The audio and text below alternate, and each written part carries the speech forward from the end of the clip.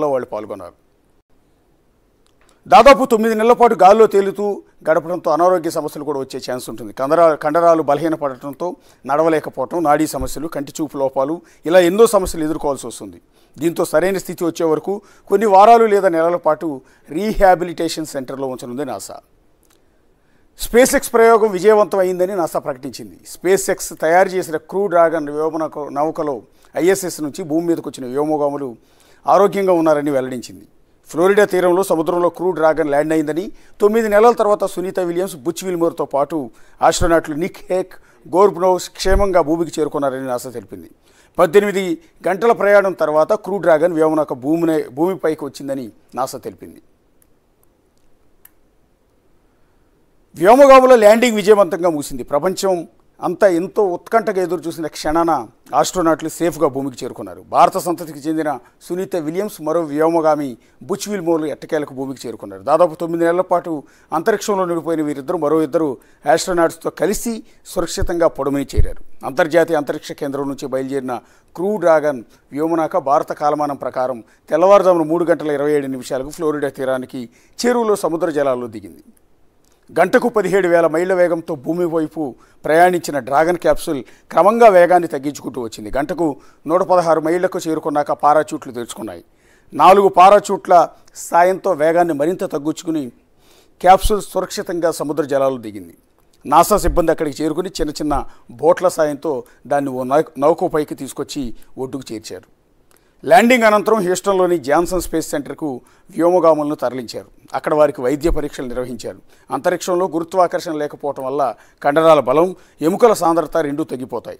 దీనివల్ల ఎముకలు పెడుసుగా మారి విరిగిపోయే ప్రమాదం ఉందని అందుకని వారిని అబ్జర్వేషన్లో ఉంచారు. అలాగే గురుత్వాకర్షణ శక్తి లేకుంటే కండరాలు వేగంగా బలహీనపడతాయి, వాటి బలం తగ్గిపోతుంది. భూమికి తిరిగి వచ్చేటప్పుడు ఇవి ఆరోగ్యంపై ప్రభావం చూపిస్తాయని వైద్యులు ఇప్పటికే వెల్లడించారు. వ్యోమగాములు 6 నెలల కంటే ఎక్కువ కాలం అంతరిక్షంలో ఉంటే వాళ్ళు భూమి మీదకి తిరిగి వచ్చినప్పుడు బోన్ ఫ్రాక్చర్ రిస్క్ని ఎదుర్కొంటారు. అలాగే వాళ్ళ ఎముకల సాంద్రత తగ్గడం వల్ల వెన్నునొప్పి తదితర సమస్యలు కావచ్చని వైద్యులు పేర్కొన్నారు. దీంతో ఎముకల సాంద్రతను పెంచడం కోసం వాళ్ళకు 3 నెలల పాటు సప్లిమెంట్స్ ఇవ్వనున్నారు. అంతరిక్షయానం సవాళ్లతో కూడుకున్నదైనప్పటికీ సాంకేతిక సమస్యతో సునీత విలియమ్స్ సుదీర్ఘకాలం అక్కడే ఉండిపోవాల్సి వచ్చింది. దీంతో ఇన్ని నెలల పాటు జరిగిన పరిణామాలు యావత్ ప్రపంచాన్ని ఉద్వేగానికి గురిచేశాయి. కేవలం 8 రోజుల్లోనే పూర్తి కావాల్సిన ఆమె ప్రయాణం 9 నెలలు పట్టింది. ఆమె భూమిపైకి తిరిగి రావటాన్ని ప్రపంచమంతా ఆసక్తిగా గమనించారు. సునీత విలియమ్స్ ఫ్యామిలీ విషయానికి వస్తే, సునీత విలియమ్స్ తండ్రి దీపక్ పాండ్యా గుజరాత్ రాష్ట్రానికి చెందినవారు. ఈమె తండ్రి న్యూరో అనామస్టిగా వైద్య వృత్తిని కొనసాగించారు. సునీత విలియమ్స్ తల్లి ఉర్సులైన్ బోనీ పాండ్యా, ఈమె స్లోవేకియాకు చెందినవారు. వీరికి సునీత, జై థామస్, దినా ఆనంద్ సంతానం. ఈమె 1965 సెప్టెంబర్ 19వ తేదీన ఒహియోలో జన్మించారు. మసాచ్యూట్స్లో 1983లో హై స్కూల్, 1987లో US నావల్ అకాడమీ నుంచి BSc, 1995లో ఫ్లోరిడా ఇన్స్టిట్యూట్ ఆఫ్ టెక్నాలజీ నుంచి ఇంజనీరింగ్ మేనేజ్మెంట్లో సునీత MSc పూర్తి చేశారు.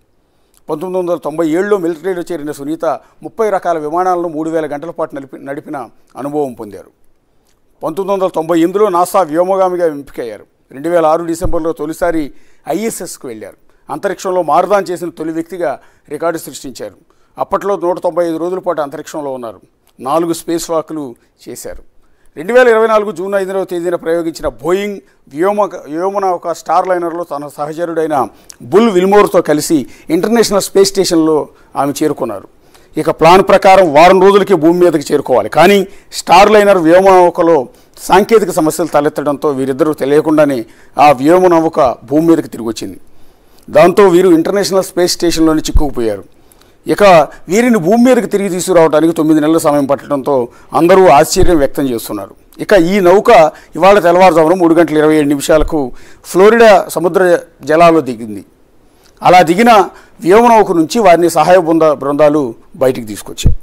ఇది టెక్నికల్గా ఇప్పటివరకు కూడా జరిగింది.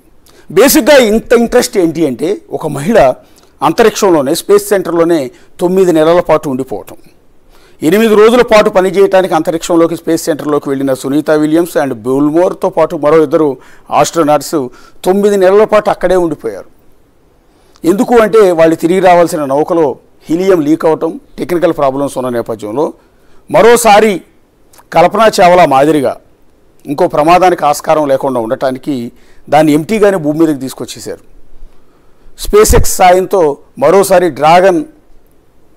డ్రాగన్ క్యాప్సూల్ని అంతరిక్షంలోకి పంపి వారిని క్షేమంగా భూమి మీదకి తీసుకొచ్చారు.